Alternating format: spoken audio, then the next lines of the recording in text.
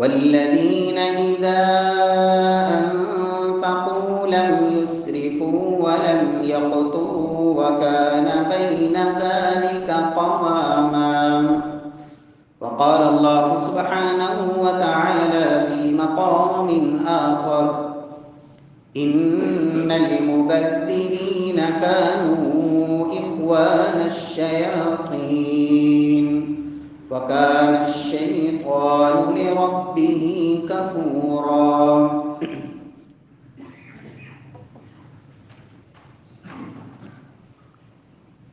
معزز سامعین کرام، محترم بھائیوں، بزرگوں، دوستوں، معززات ماؤں اور بہنوں، اللہ سبحانہ و تعالی نے انسان کو دنیا کی یہ زندگی عطا فرمائی، اور اس زندگی کا سب سے بڑا مقصد وہ اللہ سبحانہ و تعالی کو راضی کر کے اس دنیا سے جانا ہے، اس دنیا کی زندگی میں ایسے اعمال کرنا جو اللہ رب العزت کو پسند ہیں، اور اس زندگی میں ایسے اعمال سے اپنے آپ کو بچانا جو اللہ رب العزت کی ناراضگی کا باعث بنتے ہیں۔ دنیا کے اندر رہ کر دنیا کی کسی چیز کو انسان اپنی اصل منزل بنا لے، اس سے بڑی انسان کی کمزوری کوئی نہیں، اور اس سے بڑی انسان کے لیے تباہی والی بات نہیں کہ منزل اس کی کچھ اور ہو اور کسی اور چیز کو یہ زندگی بھر یہ منزل سمجھتا رہے۔ میرے پیارے بھائیوں، اللہ کے رسول صلی اللہ علیہ وسلم نے فرمایا تھا، لوگوں، ہر امت کا کوئی نہ کوئی فتنہ ہوتا ہے، وَفِتْنَةُ أُمَّتِي الْمَالِ، لیکن میری امت کا فتنہ وہ مال ہے۔ رسول اللہ صلی اللہ علیہ وسلم نے امت کو اس بات سے خبردار کیا تھا، فرمایا، لوگوں، مجھے اس بات کا کوئی ڈر نہیں کہ تم لوگ غریب ہو جاؤ گے، فقیر ہو جاؤ گے، غربت اور فقر، فرمایا اس بات کا مجھے کوئی خدشہ نہیں، خدشہ مجھے اس بات کا ہے کہ تمہارے لیے دنیا کھول دی جائے،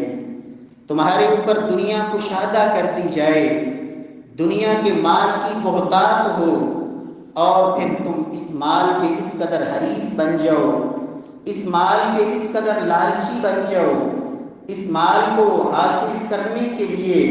تم اپنے رب کو بھی بھول بیٹھو، اپنی اخروی زندگی سے بھی غافل ہو جاؤ، اور اللہ رب العزت کے سامنے جا کے پیش ہونا ہے، اس بات سے غافل ہو جاؤ۔ فرمایا، جس طرح تم سے پہلی امتیں غفلت کا شکار ہوئیں، پھر اس مال نے انہیں تباہ و برباد کر دیا، یہ مال تمہیں بھی ہلاک کر دے۔ رسول اللہ صلی اللہ علیہ وسلم نے فرمایا تھا کہ اللہ رب العزت فرماتے ہیں، اِنَّا أَنزَلْنَا الْمَالَ لِإِقَامَةِ الصَّلَاةِ وَإِيتَاءِ الزَّكَاةِ، سلسلہ صحیحہ کی حدیث، اللہ کے رسول صلی اللہ علیہ وسلم فرماتے ہیں کہ رب العالمین خود فرماتے ہیں کہ لوگوں، میں نے دنیا کے اندر مال اس لیے نہیں اتارا کہ تم مال کے ہی ہو کے رہ جاؤ، مال کے ہی پجاری بن جاؤ۔ تعیس عبد الدینار و تعیس عبد الدرہم، درم و دینار کو اپنا خدا سمجھ بیٹھو اور اسی کے حصول کے لیے ہی سب کچھ دنیا کا قربان کرنے کے لیے تیار ہو جاؤ۔ ہم نے تو مال اتارا ہی اس لیے ہے لِإِقَامَةِ الصَّلَاةِ وَإِيتَاءِ الزَّكَاةِ، تاکہ اس مال کے ذریعے تم اپنی دنیا کی زندگی میں اپنی ضروریات زندگی کو پورا کرو، اور اس کے ساتھ ساتھ اس مال کے ذریعے تم اللہ رب العزت کے دین کو کھڑا کرو، رب العالمین کے دین کی آبیاری کرو، اس مال کے ذریعے نماز کا نظام قائم کرو، اور اس مال سے تم رب العالمین کا حق زکوٰۃ کی شکل میں ادا کرو، اور رب العالمین کے راستے میں خرچ کر کے اللہ کو راضی کرنے کے لیے کل قیامت والے دن یہی مال تمہارے لیے عرش الہی کے سائے کا ذریعہ بھی بن سکتا ہے۔ میرے پیارے بھائیوں، نبی کائنات صلی اللہ علیہ وسلم اسی لیے ایک دعا کیا کرتے تھے، مجھے اور آپ کو سب کو یہ دعا یاد بھی کرنی چاہیے، رب العالمین سے یہ دعا کرتے بھی رہنا چاہیے، اس لیے کہ یہ مال جہاں رب العالمین کی رضامندی کا باعث بن سکتا ہے، جہاں یہ رب العالمین کے ہاں انسان کو بغیر حساب و کتاب کے جنت کے داخلے دلوا سکتا ہے، یہی مال جہاں ایک ایک مجلس میں زبان نبوت سے ایک صحابی رسول کے لیے بار بار جنت کی بشارتیں سنوا سکتا ہے، وہی یہ مال انسان کے لیے وبال بھی بن سکتا ہے، وہی یہ مال انسان کے لیے ہلاکت اور بربادی کا سبب بھی بن سکتا ہے۔ پیارے پیغمبر صلی اللہ علیہ وسلم یہ دعا کیا کرتے تھے، اللہم انی اعوذ بک من جار السوء ومن زوج تشیبنی قبل المشیب ومن ولد یکون علی ربا ومن مال یکون علی عذابا ومن خلیل ماکر عینہ ترانی وقلبہ یرعانی ان رأى حسنا دفنها وإذا رأى سیئة اضاعها۔ 5 چیزوں سے اس دعا میں محمد مصطفیٰ صلی اللہ علیہ وسلم نے رب العالمین سے پناہ مانگی، اللہم انی اعوذ بک من جار السوء، اے پروردگار میں ایسے ہمسائے سے تیری پناہ چاہتا ہوں جو ہمسایہ میرے لیے اخروی ہلاکتوں کا باعث بن جائے، جس کا اخلاق برا ہو۔ اے اللہ میں برے ہمسائے سے تیری پناہ چاہتا ہوں۔ وَمِن زَوْجٍ تُشَيِّبُنِي قَبْلَ الْمَشِيبِ، اے پروردگار میں ایسی بیوی سے پناہ چاہتا ہوں جو مجھے بڑھاپے سے پہلے بوڑھا کر دے، اس کے مطالبات، اس کی سوچیں فکریں اور اس کی ڈیمانڈیں اور اس کے معاملات مجھے دنیا کا بنا کے رکھ دے،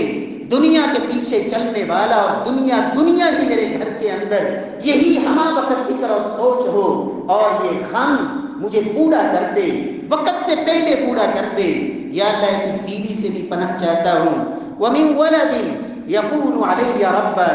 اے اللہ ایسی اولاد سے بھی تیری پناہ چاہتا ہوں جو اولاد میری فرما بردار ہونے کی بجائے، میری خدمت گزار ہونے کی بجائے، میری آنکھوں کی ٹھنڈک بننے کی بجائے وہ میرے اوپر حاکم بن جائے، آرڈر چلانے والی بن جائے، میرے اوپر حکمرانوں کی طرح وہ اپنا تسلط جمائے۔ یا اللہ ایسی اولاد سے بھی تیری پناہ چاہتا ہوں۔ وَمِن مَالٍ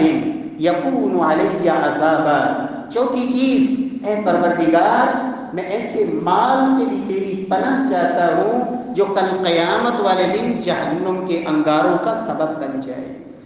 یا اللہ ایسے مال سے بھی پناہ چاہتا ہوں جو گلے کا توق بن جائے، ایسے مال سے پناہ چاہتا ہوں جس کی تختیاں بنا کے چہرے کو داغا جائے، پیٹھ کو داغا جائے، کمر کو داغا جائے، ایسے مال سے تیری پناہ چاہتا ہوں جس مال کو تو دنیا کے اندر جو مال تھا اس سے بھی کہیں بڑا کر کے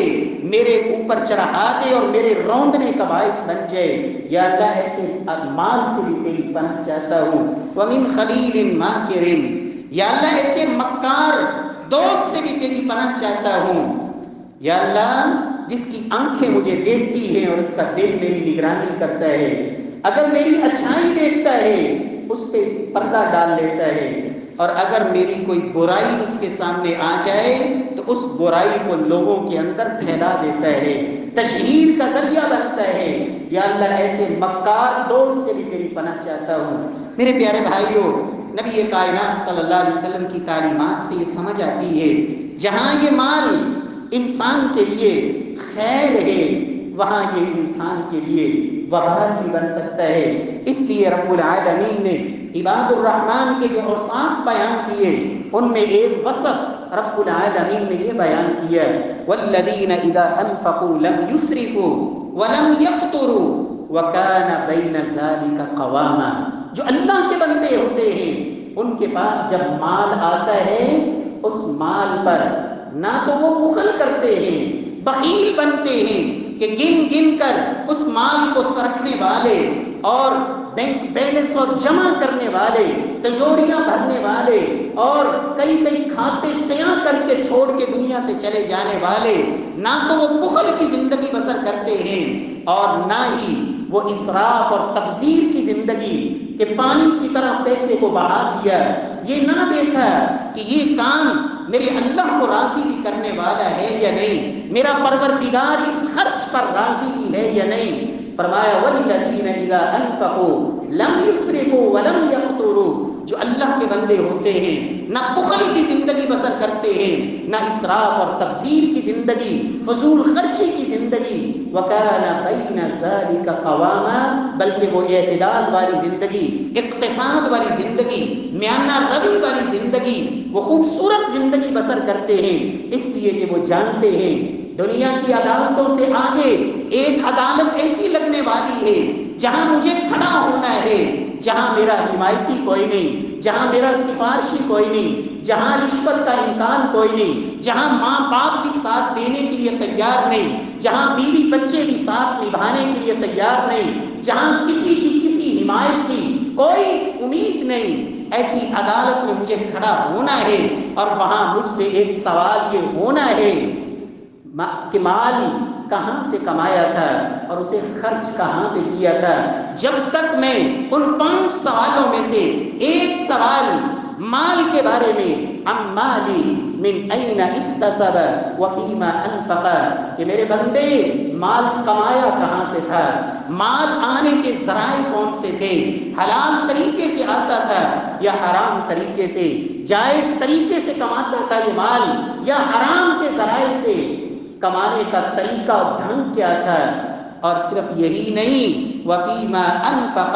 جب مال آیا تو پھر اسے خرچ کہاں کیا۔ جب تک یہ 2 سوالوں کے انسان وہاں اللہ کی بارگاہ میں اور سوالوں کے ساتھ جواب نہیں دے لے گا، لا تزول قدم ابن آدم، محمد مصطفیٰ صلی اللہ علیہ وسلم نے فرمایا تھا اس وقت تک آدم کا بیٹا اپنے قدموں کو ہلا نہیں سکے گا۔ اس لیے میرے پیارے بھائیوں، رب العالمین نے اگر یہ نعمت دی ہے، مال دیا ہے، یاد رکھیں اس کا اللہ کے ہاں حساب بھی دینا ہے، اس لیے اسراف کرنا، فضول خرچی کرنا، مال کو ایسے ناجائز طریقے اور ناجائز ذرائع پہ خرچ کر دینا، محمد مصطفیٰ صلی اللہ علیہ وسلم نے فرمایا تھا لوگو ان اللہ حرم علیکم عقوق الامہات ووعد البنات ومنع الوہات وَكَرِهَ لَكُمْ قِيلَ وَقَالَ وَكَثْرَةَ السُّؤَالِ وَإِضَاعَةَ الْمَالِ، لوگو رب العالمین نے تمہارے لیے جن چیزوں کو حرام کیا ہے، جیسے ماں باپ کی نافرمانی کو حرام کیا ہے، جس طرح بچیوں کو زندہ درگور کرنا حرام کیا ہے، رب العالمین نے ایسے ہی اضاعۃ المال، مال کو ضائع کرنا رب العالمین نے یہ بھی تمہارے لیے حرام کیا ہے۔ نبی کائنات صلی اللہ علیہ وسلم پر رب العالمین نے جو قرآن حکیم اتارا ہے اس میں ایسے لوگوں کو شیطان کا بھائی قرار دیا، ان المبذرین کانوا اخوان الشیاطین، فرمایا فضول خرچ، اسراف کرنے والے، مال کو ناجائز ایسی جگہوں پر خرچ کرنے والے، اسراف اور پانی کی طرح اس پیسے کو بہانے والے، پرواہ کوئی نہیں، فرمایا لوگوں یہ شیطان کے بھائی ہیں، وَكَانَ الشَّيْطَانُ لِرَبِّهِ كَفُورًا، اور شیطان تو اللہ رب العزت کا ناشکرا ہے۔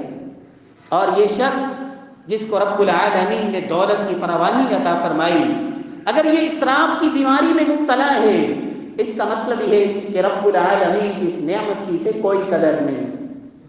رب العالمین کی اس نعمت پہ یہ رب العالمین کا شکر بجا لانے والا نہیں، نہ شکر ہے۔ اور وہ نعمت جو انسان کو رب العالمین کے شکر کی طرف لے کے نہ جائے، رب العالمین کی نعمت کی قدردانی کا سبق نہ پڑھائے،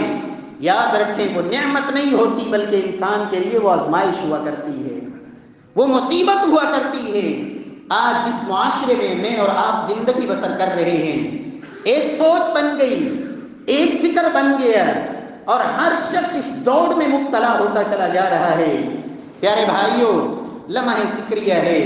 محمد مصطفیٰ صلی اللہ علیہ وسلم کی زندگی رب العالمین نے نمونہ بنایا، نمونہ صرف عبادات میں نہیں، نمونہ صرف مسجد کی حد تک نہیں، بلکہ اللہ کے رسول صلی اللہ علیہ وسلم کی زندگی ہر میدان کے اندر میرے اور آپ کے لیے نمونہ ہے، اسوہ ہے۔ پیارے بھائیوں، اسراف کی مختلف شکلیں جو اس وقت ہمارے گھروں کے اندر، ہمارے معاشرے کے اندر رائج ہو چکی ہیں، ان میں سے پہلی ایک قسم کھانے پینے میں اسراف، کھانے اور پینے کے حوالے سے اللہ سبحانہ و تعالی نے فرمایا تھا قرآن حکیم میں کلوا واشربوا ولا تسرفوا انہ لا یحب المسرفین، لوگوں کھاؤ پیو ولا تسرفوا، لیکن اسراف نہ کرو، اس لیے کہ انہ لا یحب المسرفین، جو اسراف کرنے والے ہوتے ہیں، فضول خرچ ہوتے ہیں، رب العالمین ایسے لوگوں کو کبھی پسند نہیں فرماتے۔ دوسری جگہ اللہ رب العزت نے فرمایا کلوا من ثمره اذا اثمر وآتوا حقه يوم حصاده ولا تسرفوا انه لا يحب المسرفین، لوگوں رب العالمین نے جو زمین سے پھل نکالے ہیں، مختلف تمہارے لیے نباتات اور یہ نعمتیں، انہیں کھاؤ، وآتوا حقه يوم حصاده، لیکن یاد رکھو کہ اس میں سے اپنے رب کا حق ادا کرنا کبھی نہ بھولنا، اللہ کا حق بھی دو، ولا تسرفوا، اور اس میں کبھی بھی اسراف کا شکار نہ ہو، اس لیے کہ رب العالمین اسراف کرنے والے کو کبھی پسند نہیں کرتا۔ محمد مصطفیٰ صلی اللہ علیہ وسلم نے فرمایا تھا کہ آدم کا بیٹا دنیا کے اندر جو کچھ بھی بھرتا ہے، سب سے بدترین برتن جسے آدم کا بیٹا بھرتا ہے وہ اس کا پیٹ ہے۔ فرمایا اس سے بری چیز کوئی نہیں جسے یہ بھرتا ہے، فرمایا اس کے لیے چند لقمے کافی ہیں، یقیمن صلب، جو اس کی کمر کو سیدھا رکھیں، اسے رب کے سامنے عبادت پہ کھڑے ہونے کے لیے قوت اور طاقت مہیا کریں۔ فرمایا فَإِن كَانَ لَا مَحَالَةَ، اگر کسی نے زیادہ کھانا ہی ہو، فَثُلُثٌ لِطَعَامِي وَثُلُثٌ لِنَفَسِي وَثُلُثٌ لِشَرَابِي، فرمایا تیسرا حصہ پیٹ کا وہ کھانے سے بھرے، تیسرا حصہ پانی کے لیے چھوڑے، اور تیسرا حصہ ایک فرمایا وہ سانس کے لیے چھوڑے۔ اگر اس نے زیادہ کھانا ہی ہے تو اتنا کھائے۔ آج ہر دوسرا شخص آپ اس سے پوچھیں کہے گا جی میں معدے کا مریض ہوں، میرا معدہ خراب ہے۔ میرے پیارے بھائیوں، بیماریاں کیوں؟ وجہ کیا ہے؟ یہ اسراف، یہ فضول خرچی، یہ طرح طرح کے، اور اس کو لذیذ بنانے کے لیے۔ یاد رکھیں کبھی یہ بھی سوچا کہ اگر دنیا کے اندر اپنی عاقبت اور آخرت کی فکر نہ کی، اس مال کو ایسے ہی بہاتے رہے، کوئی پرواہ نہ کی کہ یہ کہاں جا رہا ہے، پھر کل قیامت والے دن انسان جو کھانے پینے کے معاملے میں بڑا حساس ہے، معمولی سی سمیل ہو، معمولی سی جو ہے وہ اس میں سے ایسی کری راہ آ رہی ہو، کبھی بھی اس کو اپنے منہ کے قریب لانا گوارا نہیں کرتا۔ محمد مصطفیٰ صلی اللہ علیہ وسلم نے فرمایا تھا لوگوں وہ جہنمیوں کا کھانا، وہ پیپ اور وہ جہنمیوں کے لیے جو کھانے کے لیے دیا جائے گا، اگر اس کا ایک قطرہ پوری دنیا میں گرا دیا جائے، فرمایا دنیا اور جو کچھ دنیا کے اندر ہے تمام اسباب معیشت بھی تباہ ہو جائیں اور پوری دنیا جو ہے وہ بدبو سے بھر جائے۔ میرے پیارے بھائیوں، آج مسلمان شادی بیاہ کے موقع پہ دیکھتا ہے کہ جہاں چند افراد ہیں اور ان کے سامنے کھانے کس قدر زیادہ، گھر کے اندر کوئی مہمان آ گیا، کتنی کتنی ڈشیں تیار ہو رہی ہیں، کوئی پرواہ نہیں ہمسائے کی حالت کیا ہے، رشتہ داروں کے اندر کتنے ایسے غریب ہیں، کتنے ایسے ضرورت مند ہیں، کتنے ایسے بیچارے جن کو ایک وقت کا کھانا میسر نہیں، کتنے محلے میں مسلمان، کتنے دنیا میں مسلمان۔ رب العالمین کے محبوب نے تو فرمایا تھا لوگوں تم جسد واحد کی طرح ہو، ایک جسم کی مانند ہو۔ آج مسلمان کو پرواہ نہیں۔ رسول اللہ صلی اللہ علیہ وسلم نے تو فرمایا تھا یہ کافر ہے جو 7 انتڑیوں میں کھاتا ہے، مومن تو ایک انتڑی میں کھاتا ہے۔ اور صحابہ کرام کا مزاج یہ تھا جب کھانے رنگا رنگ کے سامنے آتے، وہ عبد الرحمن بن عوف رضی اللہ تعالی عنہ، صحیح بخاری کا یہ قصہ میرے اور آپ کے ضمیر کو جھنجھوڑنے کے لیے کافی ہے۔ اس صحابی کو جسے اللہ کے رسول نے جنت کی بشارتیں سنائی، روزہ رکھا ہوا ہے، افطاری کا وقت ہے، جب کھانا سامنے آیا اور ایک سے زائد طرح کے کھانے دیکھے، آنکھیں بے پڑی، آنسو جاری ہو گئے، کہا مجھے ڈر لگ رہا ہے کہ کہیں ہمارے نیک اعمال کا بدلہ ہمیں دنیا میں ہی نہ مل رہا ہو۔ وہ حمزہ مجھ سے بہتر تھے، وہ مصعب بن عمیر مجھ سے بہتر تھے، وہ دنیا سے گئے، ان کے لیے کفن کی پوری چادر بھی میسر نہیں تھی، سر پہ لاتے تو پاؤں ننگے ہو جاتے، پاؤں پہ لاتے تو سر ننگا ہو جاتا۔ پیارے بھائیوں، میں اور آپ ہاں ضرور اللہ نے جو نعمت دی ہے استعمال کریں، لیکن اس نعمت پہ رب کا شکر بھی ادا کریں، اور شکر صرف زبان سے نہیں ہوتا، شکر عمل سے بھی ہوتا ہے، خود بھی کھائیں، ضرورت مندوں کا بھی خیال رکھیں، اس لیے کہ اللہ رب العزت نے قرآن میں فرمایا ہے وَآتِ ذَا الْقُرْبَى حَقَّهُ وَالْمِسْكِينَ وَابْنَ السَّبِيلِ، اے میرے بندے جو میں نے تجھے مال دیا ہے یہ سارا تیرا نہیں، وَفِي أَمْوَالِهِمْ حَقٌّ لِلسَّائِلِ وَالْمَحْرُومِ، تمہیں دیا ہے اس لیے کہ تاکہ تم اس مال کے ذریعے اپنے رب کو راضی کر سکو، اس مال میں نے مانگنے والوں کا بھی حق رکھا ہے اور نہ مانگنے والوں کا بھی حق رکھا ہے، قریبی رشتہ داروں کا بھی حق ہے، مسافروں کا بھی حق ہے، مسکینوں کا بھی حق ہے۔ پیارے بھائیوں، رب العالمین توفیق نصیب فرمائے۔ اور یہ اسراف ہے جس نے معاشرے کی یہ سوچ بنا دی، نکاح کا معاملہ جسے اسلام نے اتنا آسان بنایا تھا، اس سے آسان کام اسلام میں تھا ہی نہیں۔ ہماری یہ رنگا رنگ کی تقریبیں اور اس سلسلے نے سوچ یہ بنا دی، ایک باپ گھر میں بیٹی جوان بیٹھی ہے، وہ شادی کرنے کے لیے تیار نہیں، کیوں؟ وہ بھیک مانگنے کے لیے تو تیار ہے، لوگوں کے سامنے ہاتھ پھیلانے کے لیے تیار ہے، ایسا قرض کا بوجھ اٹھانے کے لیے تیار ہے جس کو ساری زندگی ادا نہ کر سکے، یہ تو کر لے گا، لیکن وہی جو مصنوعی ایک سوچ بنی ہوئی ہے کہ کھانے اتنے ہونے چاہیے، ڈشیں اتنی ہونی چاہیے، آنے والی بارات کو اتنا کچھ پیش کیا جائے تو پھر ہی عزت برقرار رہے گی۔ میرے پیارے بھائیوں، عزت اس چیز سے بنتی ہے جس میں میرے اللہ نے عزت رکھی ہو، جس میں محمد مصطفیٰ نے عزت رکھی ہو، عزت بتائی ہو۔ رب العالمین ہمیں ایسی بیماریوں سے اللہ محفوظ فرمائے۔ پیارے بھائیوں، اسراف کی ایک شکل یہ بھی ہے جو ہمارے معاشرے میں موجود ہے۔ اللہ نے قرآن میں فرمایا تھا یا بنی آدم قد انزلنا علیکم لباسا یواری سوآتکم وریشا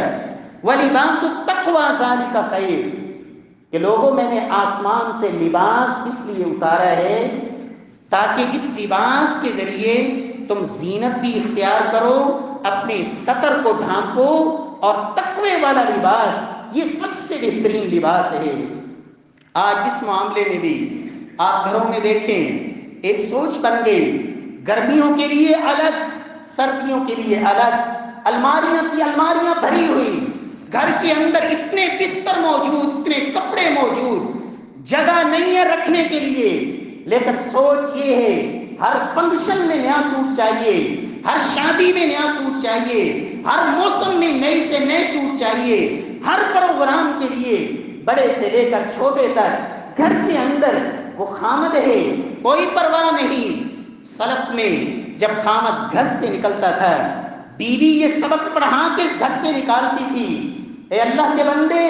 ہم بھوک پہ صبر کر لیں گے، ہم فقر پہ صبر کر لیں گے، لیکن حرام کما کے مت لانا، ہم جہنم کے انگاروں پہ صبر نہیں کر سکیں گے۔ لیکن سوچ یہ بن گئی حل من مزید، اور چاہیے اور چاہیے، بس اتنے ہی، ہر موسم میں الگ سے الگ۔ اور پھر لباس تو تقوی والا لباس، محمد مصطفیٰ صلی اللہ علیہ وسلم نے فرمایا تھا عورت اس کا لباس کیا ہے، المرأۃ عورہ، عورت تو سب کی سب پردہ ہے، نساء کاسیات عاریات مائلات ممیلات۔ محمد مصطفیٰ صلی اللہ علیہ وسلم نے فرمایا قیامت والے دن کچھ آئیں گی لباس پہننے والی لیکن ننگی نظر آنے والی،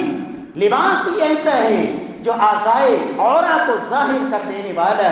لوگوں کو اپنی طرف مائل کرنے والی، گناہ کی دعوت دینے والی، وہ لباس جس کا مقصد تھا لباس التقوی، تقوی والا لباس، اللہ کو راضی کرنے والا لباس، سطر کو ڈھانپنے والا لباس۔ میرے پیارے بھائی، تجھے یہ تو فکر ہے موسم بدلا ہے، میں نے اپنے ایک ایک بچے کے لیے یہ سب کچھ بنانا ہے، کبھی یہ بھی سوچا، کبھی یہ بھی فکر کی کہ رشتہ داروں کے اندر، محلے داروں کے اندر کتنے ایسے ہوں گے جن کے پاس اس سردی کی شدت سے بچنے کے لیے ممکن ہے کوئی گرم لباس نہ ہو، تیرے گھر میں اتنے پڑے ہیں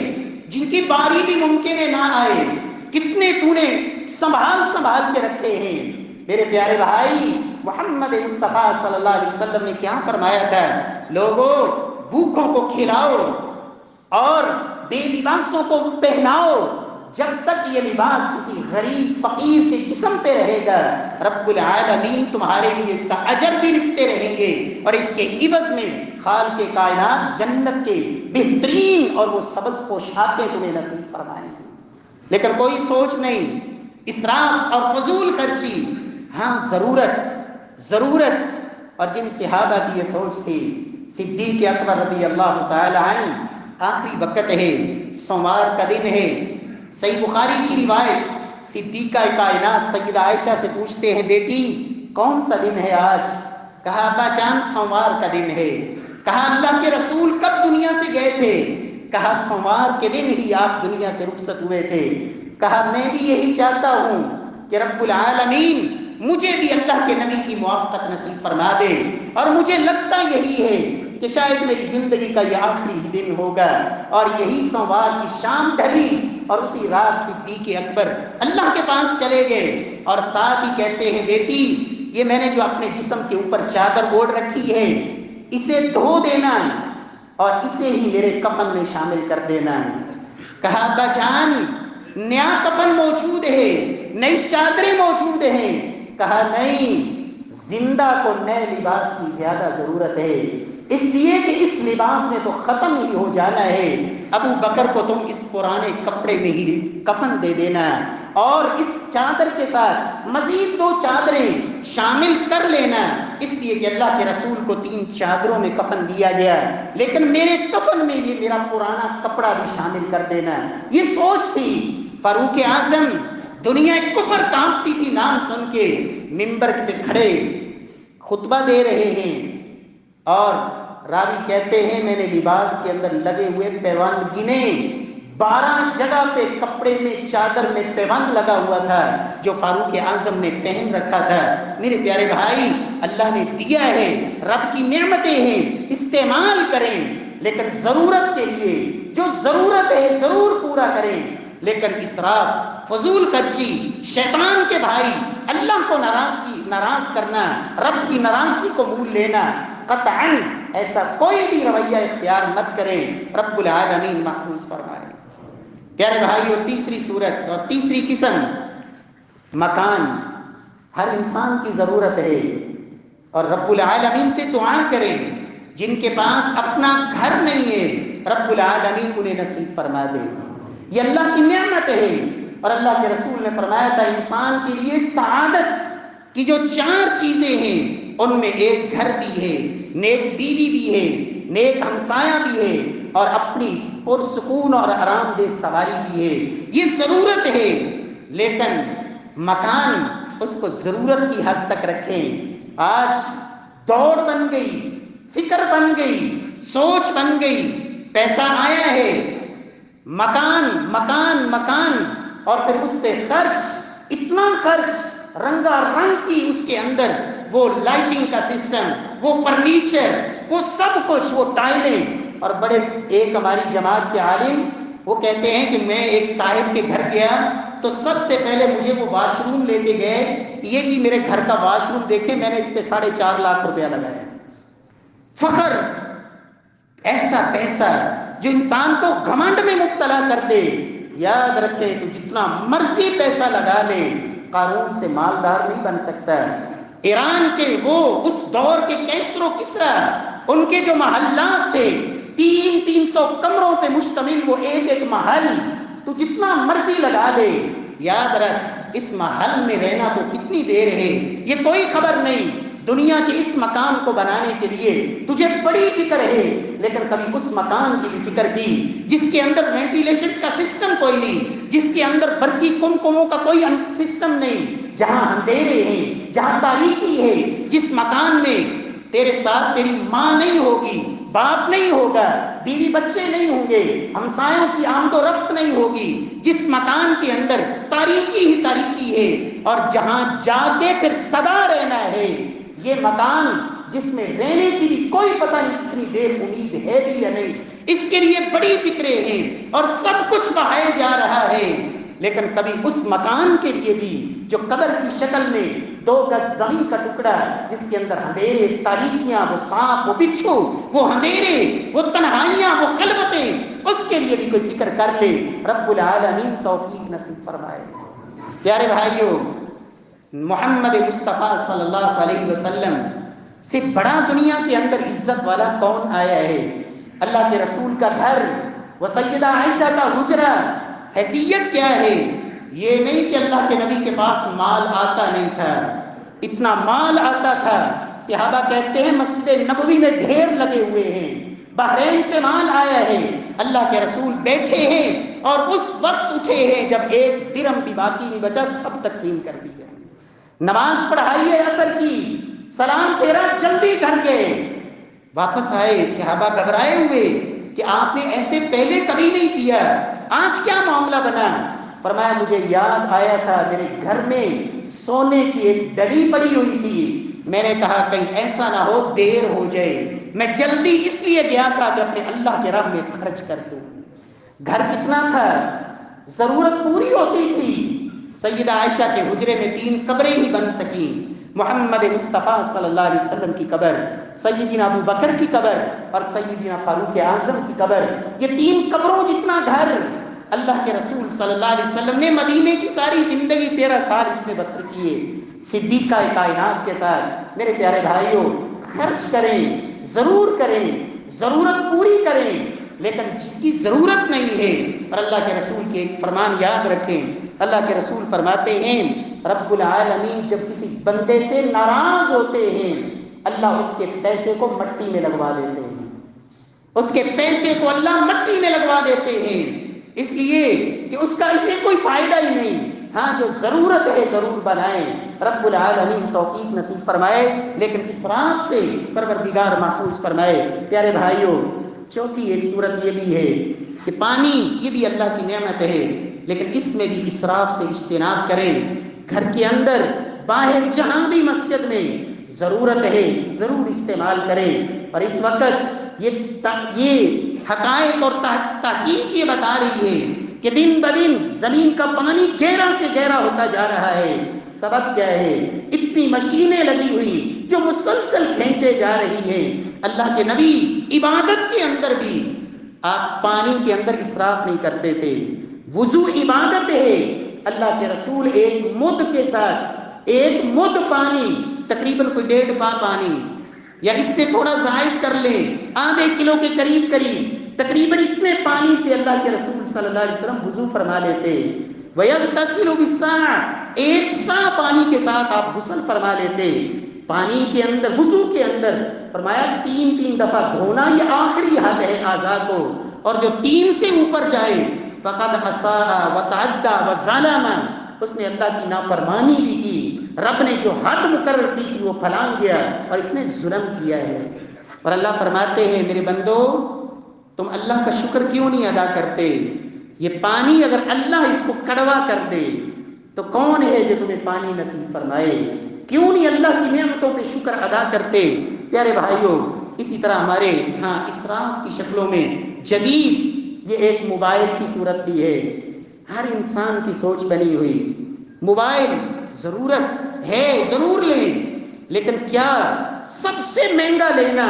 یہ بھی ضرورت ہے؟ اور پھر ہر آئے دن اس کے نئے سے نئے ماڈل تبدیل کرتے جانا، کیا یہ بھی ضرورت ہے؟ اور پھر موبائل کا استعمال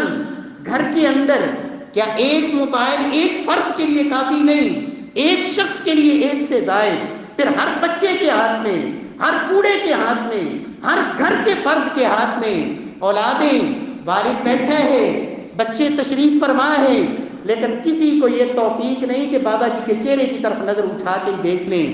مجلسیں بے رونق ہو گئی، کسی کے حالات سے کوئی خبر نہیں۔ ہاں ہر وقت فکر یہ ہے آنے والے میسج کا جواب دینا ہے، فوراً رپلائی کرنا ہے، لیکن گھر میں بیٹھی والدہ کے لیے ٹائم نہیں، والد گرامی کے پاس بیٹھنے کی فرصت نہیں۔ ضرورت ہے ضرور لیں، لیکن کیا اس ضرورت کے اندر اسراف اس حد تک؟ اور ہماری آنے والی نسل، ہر دوسرا شخص دماغی اور ذہنی مریض، سبب کیا ہے؟ وہ ساری گیمیں وہ کھیلیں جس سے جسمانی قوت آتی تھی۔ اللہ کے رسول صلی اللہ علیہ وسلم کا فرمان الا ان القوت الرمی، نشانہ بازی اور وہ کھیلیں، آپ حیران ہوں گے پچھلے دنوں مجھے بچی کے لیے گھر میں کچھ اس کی کھیل کے لیے کسی چیز کی ضرورت تھی، تو میں اسپورٹس کی دکان تلاش کرنے کے لیے 3 مارکیٹوں میں گیا۔ 3 مارکیٹوں میں اللہ گواہ ہے کہ مجھے کوئی اسپورٹس کی دکان نہ ملی۔ ممکن ہے ہوں لیکن مجھے نہ ملی،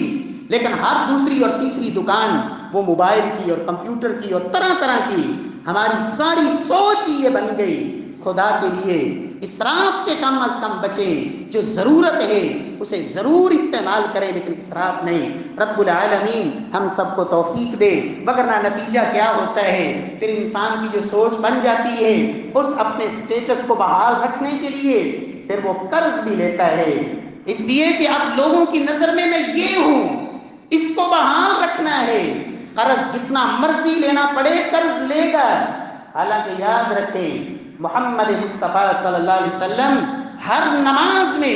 قرض سے پناہ مانگا کرتے تھے، اللہم انی اعوذ بک من المأثم والمغرم،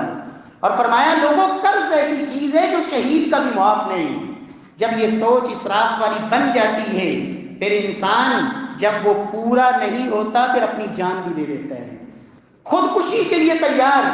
خودکشیاں کرتا ہے، حرام موت مرتا ہے، اس لیے کہ وہ ضرورت جس کو میں نے ضرورت بنا لیا وہ پوری نہیں ہو رہی تو جان دے دیتا ہے۔ اور معاشرے کے اندر کتنے جرائم اس اسراف کی وجہ سے، فضول خرچی کی وجہ سے، چوریاں، ڈکیتیاں، جوا، سود، رشوتیں، پتہ نہیں کیا کچھ، یہ سارے جرائم سبب یہی، بنیاد یہی کہ تربیت ہی نہیں، سوچ ہی یہ نہیں۔ رب العالمین ہم سب کو محفوظ فرمائے۔ پیارے بھائیوں، اسلام ہمیں یہی سبق دیتا ہے، لوگوں کھاؤ پیو، مال ضرورت کے لیے، مال منزل نہیں، مال ٹارگٹ نہیں، مال ہدف نہیں، ہدف تمہارا اپنے رب کی رضا ہے، اپنے اللہ کو راضی کرنا ہے، اپنی آخرت کو سنوارنا ہے۔ مال سے ضرورتیں پوری کریں اور یاد رکھیں اللہ فقیروں کو بھی ضرورتیں ضرور پوری کرتے ہیں، خواہشات کے پجاری نہ بنیں اور مال کو اپنا خدا نہ بنائیں، مال کے پجاری نہ بنیں۔ رب العالمین سے دعا کریں کہ رب العالمین حلال نصیب فرمائے، حلال میں اللہ برکتیں نصیب فرمائے، اور رب العالمین حرام سے بچنے والا بنائے، اور رب العالمین اولاد کو بھی حرام سے بچانے کی اللہ توفیق نصیب فرمائے، اور پروردگار کل قیامت والے دن ہمیں اپنی عدالت میں اور اپنی بارگاہ میں اللہ کامیابی اور سرخروئی نصیب فرمائے۔ واقول قولی ھذا وآخر دعوانا الحمد للہ رب العالمین۔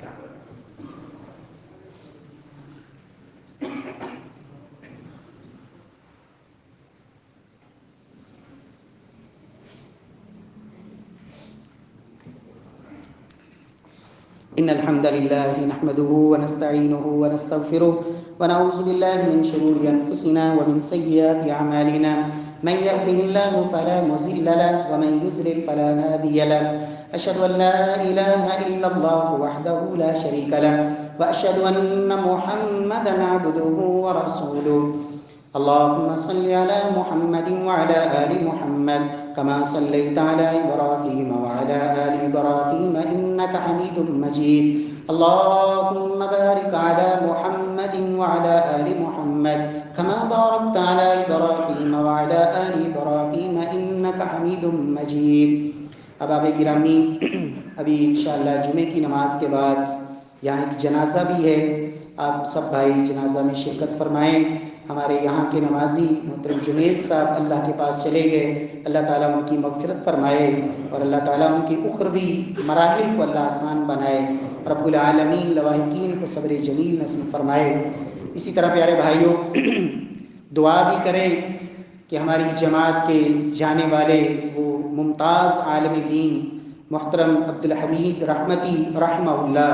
پشاور کے اندر جنہیں بے دردی کے ساتھ شہید کر دیا گیا، رب العالمین ان کی شہادت کو قبول فرمائے اور رب العالمین ان کے قاتلوں کو پروردگار دنیا کے لیے اللہ عبرت بنا دے۔ میرے پیارے بھائیوں یاد رکھیں دنیا کے اندر ایک قتل عام مومن کا قتل یہ اتنا ہولناک جرم ہے کہ اللہ کے رسول فرماتے ہیں پوری دنیا کا نظام تباہ ہو جائے، یہ معمولی معاملہ ہے اللہ کے ہاں ایک مومن کے ناحق قتل سے، اور ایک عالم ربانی کا قتل۔ محمد مصطفیٰ صلی اللہ علیہ وسلم نے فرمایا تھا لوگوں قیامت اس وقت تک نہیں آئے گی جب تک دنیا میں علم رہے گا، اور علم کو اللہ اٹھائیں گے علماء کے اٹھ جانے کے ساتھ۔ جب علماء اٹھ جائیں گے تو پھر قیامت آ جائے گی۔ پیارے بھائیوں، ایک عالم ربانی جو اللہ کا دین بتانے والا، اس کے ساتھ کسی ظالم کو کیا دشمنی ہے؟ حقیقت میں وہ اللہ کے دین کا دشمن ہے، وہ اللہ کے دین کا دشمن ہے، محمد مصطفیٰ صلی اللہ علیہ وسلم کا دشمن ہے، اور اللہ کے قرآن کا دشمن ہے، جو ایک عالم ربانی کا قاتل ہے۔ پیارے بھائیوں، امت مسلمہ کی دعا کریں اللہ حفاظت فرمائے، اور ایسے ظالم جن کو کوئی پرواہ نہیں کہ وہ کسی بچے کی جان لے رہے ہیں، کسی نوجوان کی جان لینے کا سبب بن رہے ہیں، کسی دھماکے کی شکل میں یا کسی سامنے فیرنگ کی شکل میں، رب العالمین ایسے ظالموں کو اللہ عبرت کا نشان بنا دے۔ اور ہمارا حکومت وقت سے بھی مطالبہ ہے کہ ایسے ظالموں کو فوراً گرفتار کیا جائے